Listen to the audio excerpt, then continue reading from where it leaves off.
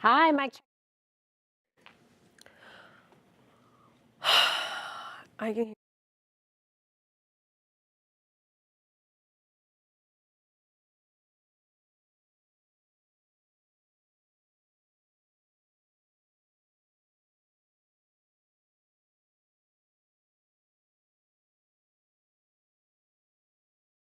Streaming on clickorlando.com and broadcasting live, you're watching News 6 at noon. I'm Chief Meteorologist Candace Campos. We are still watching Tropical Storm Imelda, still just offshore, but now producing some pretty gusty winds, heavy rain at times. We'll be pinpointing how long this weather will stick around coming up in just a few minutes. And Imelda is creating dangerous surf along our coast. The warning from lifeguards ahead. Plus, we are learning more about a shooting that sent 2 people to the hospital in Orange County. But first, let's get to Chief Meteorologist Candace Campos, who is tracking the latest on Imelda. And we are talking about some windy conditions and some showers moving through. Now, not a washout, Julie, by any means, but if you do get caught under some of those fast-moving downpours, it will be dumping a lot of rain in a very short amount of time. Now, Imelda is still running about 100 miles just offshore, and that will continue to kind of spin away, and as it does so, by Tuesday night into Wednesday, conditions will start to improve. In the meantime, though, we are watching quick little batches of rain, not so much feeder bands or squally weather, but we are watching them riding right along I-4 through Orange City, down through Seminole County. We'll be approaching you guys in Sanford, Lake Mary, Altamont, down through Winter Springs, University Park in the next 15 to 35 minutes or so. A little further out towards the west in parts of Lake and Sumter County, Leesburg, Claremont, Webster, all seeing, again, these fast-moving, very scattered showers. Not a lot of lightning at this point in time. And then further south in areas of Brevard County, you can see Grand Valcaria seeing some heavy rain at times, as well as for areas up and down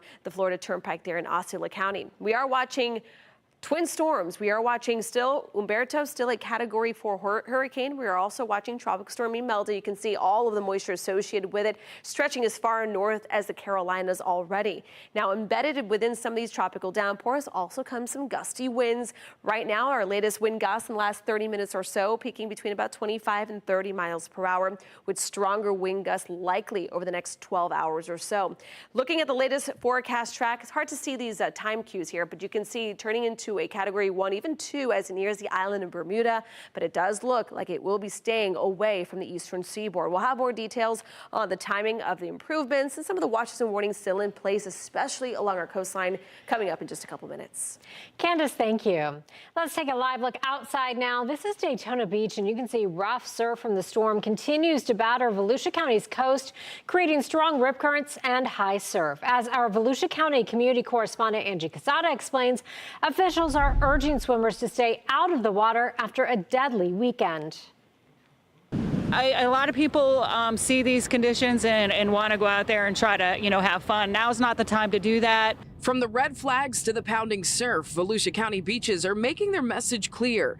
Conditions are dangerous. No matter what, the stormy, still beautiful. I mean, it's awesome. The ocean's a little angry this morning, but it's still beautiful. Well, all I can tell you is it's just a part of nature, and it's nature at its best, or it can be nature maybe at its worst. It sort of depends. Although some came to admire the intensity, beach safety officials say this weekend's tragedy is a reminder of that danger. A 51-year-old man visiting from out of state drowned after being caught in a rip current. We're experiencing very hazardous water conditions right now all along our coastline. We are flying that red flag. We're urging people just to stay out of the water at this time. It's not the time to go swimming. Unfortunately, we did have a drowning on Saturday. And also, since last weekend up to this past weekend, we've rescued just under 300 people out of the water. Oh, I'm so sorry to hear that. Yeah, I don't hear it very often, but it does happen. Undertows are rough. And so I try to usually not go more than like waist deep, maybe stomach deep, just to be safe, The National Weather Service has a high rip current risk through Wednesday night and a high surf advisory until Thursday morning. Waves could build to 9 feet with gusty winds making conditions even worse. Now, these red flags are up currently, and they'll remain up until midweek as a warning from Beach Patrol that the current conditions of the ocean are dangerous, and they suggest that you might just want to stay out of the water. Reporting in Daytona Beach, I'm your Volusia County community correspondent, Angie Casada, News 6. Cruise lines are already making moves to stay ahead of Tropical Storm Imelda. Several cruise ships have been forced to change course, and some started docking as early as 1 this morning. We continue our team coverage with News 6's Mark Lehman at Port Canaveral with what's going on there. With the storm out in the Atlantic, no cruises have been canceled, but we are seeing some changes when it comes to the schedule of these cruise lines coming into the port. This ship arrived early this morning as there are rough seas and gusty conditions just off the coast. Now, this is what we saw early this morning. Royal Caribbean's Utopia of the Seas returned to Port Canaveral. That was followed not long after by the Carnival Glory, the two ships joining the Disney Wish by pulling in hours ahead of schedule. Cruise lines are erring on the side of caution by rerouting and alternating itineraries. This is happening as Brevard County beaches have been preparing for at least some impact from the storm, which is expected to run parallel to the Atlantic coast. Rough surf will be the primary threat. We spoke with a lifeguard who described how beachgoers can spot a rip current. Some of the common things you can look for is going to be increase in turbidity, or the brownness of the water where it's a little discolored after it's stirred up some sand and debris from the bottom. He went on to say if you get caught in a rip current, you should swim parallel to the shoreline to get out of it. With the storm passing, gusty conditions are expected into tomorrow morning. A high surf advisory will also be in effect through Wednesday, with the possibility of minor erosion. And with that, Ocean Rescue says that they expect to fly a red flag or possibly double red flags at local beaches. As for the cruise schedule here at the port, it appears to be moving forward as planned. The Utopia of the Seas is scheduled to depart this afternoon. At Port Canaveral, Mark Lehman, News 6. The News 6 weather team is tracking the tropics 24 hours a day. You can get updates on all the impacts from Imelda and Umberto right now on clickorlando.com. And you can also check the radar and see video updates from our meteorologists anytime on our News 6 weather app. It is free. Just search WKMG in your app store. New at noon, we are learning that a 21-year-old is dead after being shot at an apartment complex in Deltona. The Volusia County Sheriff's Office says it happened early this morning around 1 at the Edgewater condominiums. They say deputies found the victim dead with multiple gunshot wounds outside the door of a second-floor unit. The suspect was caught within minutes after deputies arrived. Using a canine unit, deputies also found a black backpack believed to have been discarded by the suspect along the nearby bike trail. The investigation is ongoing.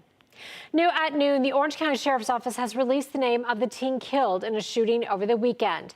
It happened on Friday night near Keith Place and Kingsland Avenue in the Pine Hills area of Orange County. The Sheriff's Office says the 17-year-old's name is Jariel Huertas. We will let you know when investigators release more information. 3 crashes involving 11 vehicles happened this morning on I-4 in Volusia County, causing big traffic delays. The crashes happened near mile marker 105. That is next to the US 1792 exit near Sanford. Florida Highway Patrol reports the first crash involved 2 vehicles with 1 person taken to the hospital. The second crash was a chain reaction wreck involving 7 vehicles, including a semi. The third crash involved 2 vehicles that reacted to the second crash. All lanes are now back open. An early morning shooting stemming from a fight outside an Orange County strip mall sent 2 people to the hospital. News 6's Stephanie Rodriguez tells us what investigators know so far. It was around 2:30 this morning when Orange County deputies say they were called here after a reported shooting that involved 3 men who got into a fight. It happened here at the 7500 block of University Boulevard in this strip mall parking lot. According to the Orange County Sheriff's Office, 3 men were involved in a fight when one man in his 30s shot the 2 other men who are both in their 20s. Now, both of those men were taken to the hospital, one in critical condition and one with non-life-threatening injuries. The 30-year-old alleged shooter was also taken to the hospital with minor injuries he suffered during that altercation. Deputies have yet to say why the men got into a fight or tell us the shooter's identity. This is an active investigation, but the Orange County Sheriff's Office says all of the people involved in this altercation are accounted for. Once we have an update, we'll post it to clickorlando.com. Reporting in Orange County, Stephanie Rodriguez, News 6. Full Sail University is now at the center of a lawsuit. The school is accused of a massive scheme involving fake jobs for graduates. The complaint was filed last year. It claims the Los Angeles Film School and Full Sail self-financed thousands of temporary employment opportunities for their graduates through schemes with nonprofits and paid-off vendors. The suit claims that by doing this, the school violated gainful employment requirements set by the federal government and violated accrediting standards. For-profit universities like Full Sail risk losing accreditation and financial aid if it fails to meet gainful standards. We reached out to Full Sail. They tell us they emphatically deny the claim, saying in part, quote, "We fundamentally disagree with the allegations in the complaint, and we are committed to compliance with all regulatory requirements." It's unfortunate that Full Sail was included in this ill-advised lawsuit, and we look forward to the opportunity to defeat each claim against the school through the judicial process. New at noon, Electronic Arts, maker of video games like Madden NFL and The Sims, is being acquired for $55 billion. The deal was announced today. Under the terms, private equity firm Silver Lake Partners, Saudi Arabia's sovereign wealth fund PIF, and Affinity Partners will pay EA stockholders $210 per share. Affinity Partners is a private equity firm run by President Donald Trump's son-in-law, Jared Kushner. If the transaction closes as anticipated, it will end EA's 36-year history as a publicly traded company. One of the company's studios is in Orlando's Creative Village, just outside downtown. It is unclear if and how the deal will impact jobs there. The FBI is investigating a deadly shooting at a Mormon church in Michigan. We'll hear the latest on the case in minutes. But first, we leave you with a live look from our Mount Dora camp on this Monday afternoon. You're watching News 6 at noon. We'll be right back. Introducing the new $25 million Gold Rush Multiplier Scratch-Off from the Florida Lottery.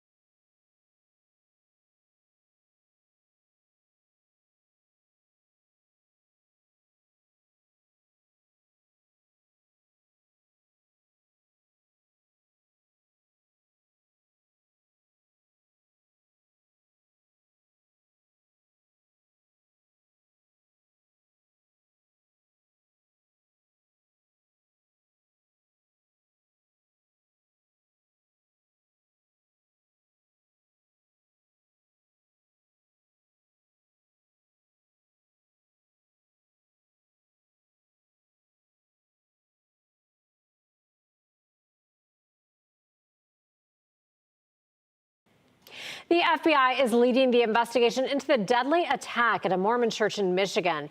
Officials say a gunman opened fire during a Sunday morning service before setting the building on fire. At least 4 people are dead and 8 others were hurt, but the death toll could go up as crews continue to search the burned out building. Lana Zach has the latest from Michigan. Investigators are searching through the debris of the Church of Jesus Christ of Latter-day Saints in Grand Blanc, Michigan, looking to see if there are more victims. The active shooter of the church.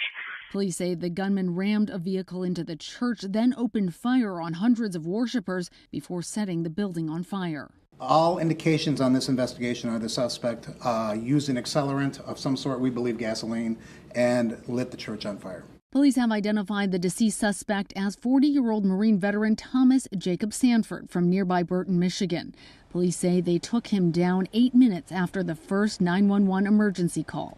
When the vehicle first rammed into the building, which was standing right over there, a number of churchgoers who heard the bang ran outside to see if they could help, only to find themselves face to face with the shooter.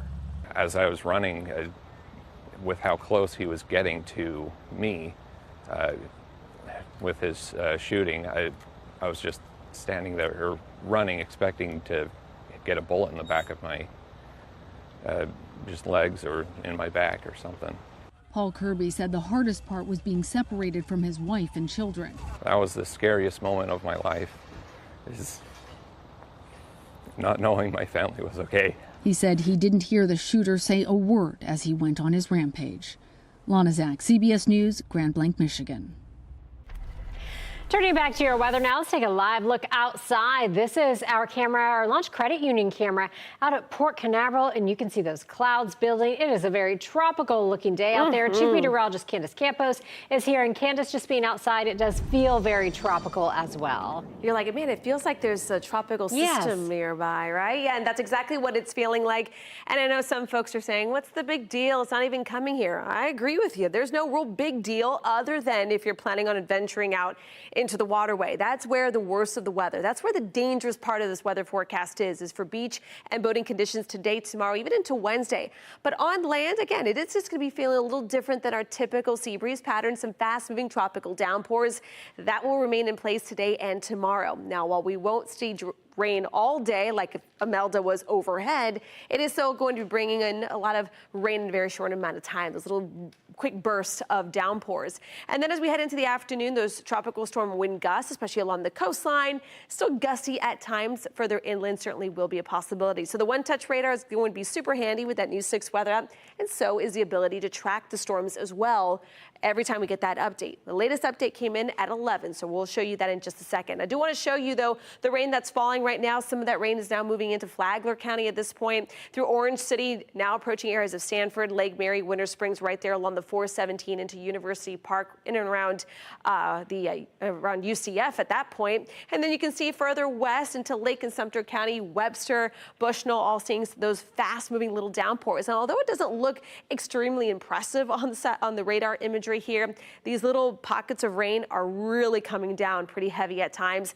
Some of the heavier rain we're right now tracking is just across our far western zones of Brevard County into more of the rural Osceola County at this point. But we are, again, tracking twin storms. We are still talking about a major hurricane with Hurricane Humberto that will continue to basically slide between Bermuda and Imelda over the next couple of days.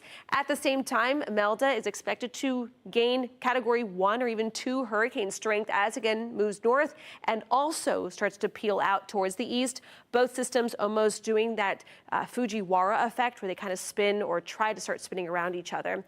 So this is the latest update. Tropical storm Imelda, still sustained winds have increased at to 60 miles per hour, could become a hurricane as early as tomorrow morning, and that's when it will be peeling out, possibly a Cat 2 in and around Bermuda, so that will possibly be the only real close to landfall this system could possibly get, but nowhere up and down the East Coast. Speaking of the East Coast, East Coast, Daytona Beach Skycam right now. Look how rough the surf is. There's barely a beach out there as high tide is just in a little bit. You can see temperatures right now, tropical, humidity is high, the clouds are in place, 84 degrees, and the winds gusting upwards about 21 miles per hour. Stronger breeze right now across Brevard County with the gusts upwards about 25 miles per hour. But even for I-4 neighborhoods, right now we've had a wind gust of 17 miles per hour there in Sanford. Now over the weekend we had tropical storm watches for parts of Volusia and Brevard. Those have been discontinued and canceled, but they have replaced it with wind advisories for both Volusia and Brevard County. Again, the next 3 days will be pretty dangerous if you want to enjoy the surf or you want to enjoy the boating. It's going to be conditions like this throughout the rest of the week. Some of the worst weather that will be felt on Tuesday when it comes to our water and marine activities. Clouds of rain futurecast still showing the bulk of the rain out to the open waters. But now let's check on that hour-by-hour forecast for today. Sponsored by Strata Air Conditioning and Heating. AC emergency, you ought to call Strata. Now, throughout the next couple of hours, we're going to continue to see these fast little moving sprinkles, which are actually downpours, spinning in across parts of Central Florida throughout Tuesday and Wednesday. And it's really not until Wednesday where we will start to dry things out. The breeze it should start to kind of die back down. And it looks like with the driest day of the week looks to be Wednesday, and then bringing back that typical rain chance throughout the rest of the work week. Candace, thanks. A popular meat maker known for its sausage on a stick is recalling millions of pounds of their products. Coming up, what's affected and why it could be unsafe to eat.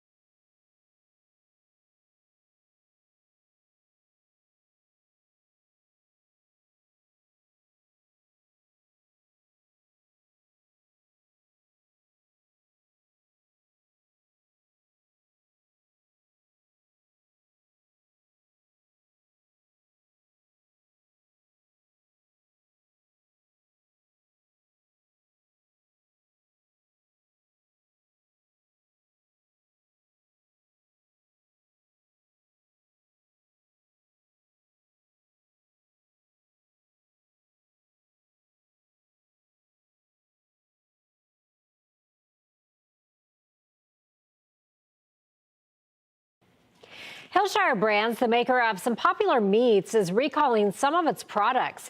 The USDA made that announcement over the weekend. The company says it will recall 58 million pounds of corn dog and sausage on a stick products. The company says the items could contain pieces of wood within the batter.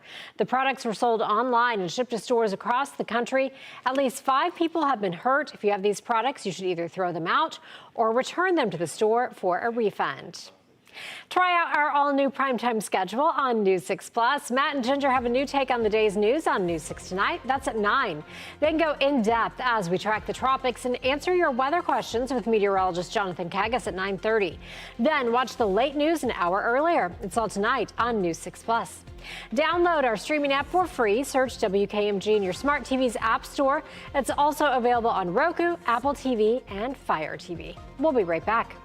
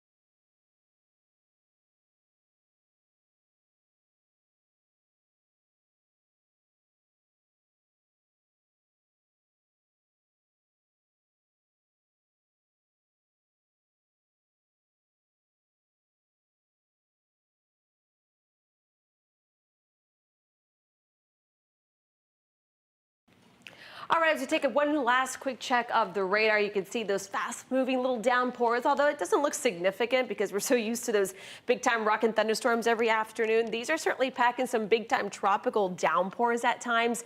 Gusty winds as well, and as we continue into the afternoon, this is really going to be the story over the next couple of days, or at least throughout today and tomorrow as we continue to keep the chance of rain and wind in the forecast. Again, the dangerous part of the storm is still off the coastline, but still rough along our beaches and for boating. All right, Candace, thank you. Switch over right now to the News 6 Plus streaming app to watch News 6 Extra. Our next newscast is at 4. Have a great day.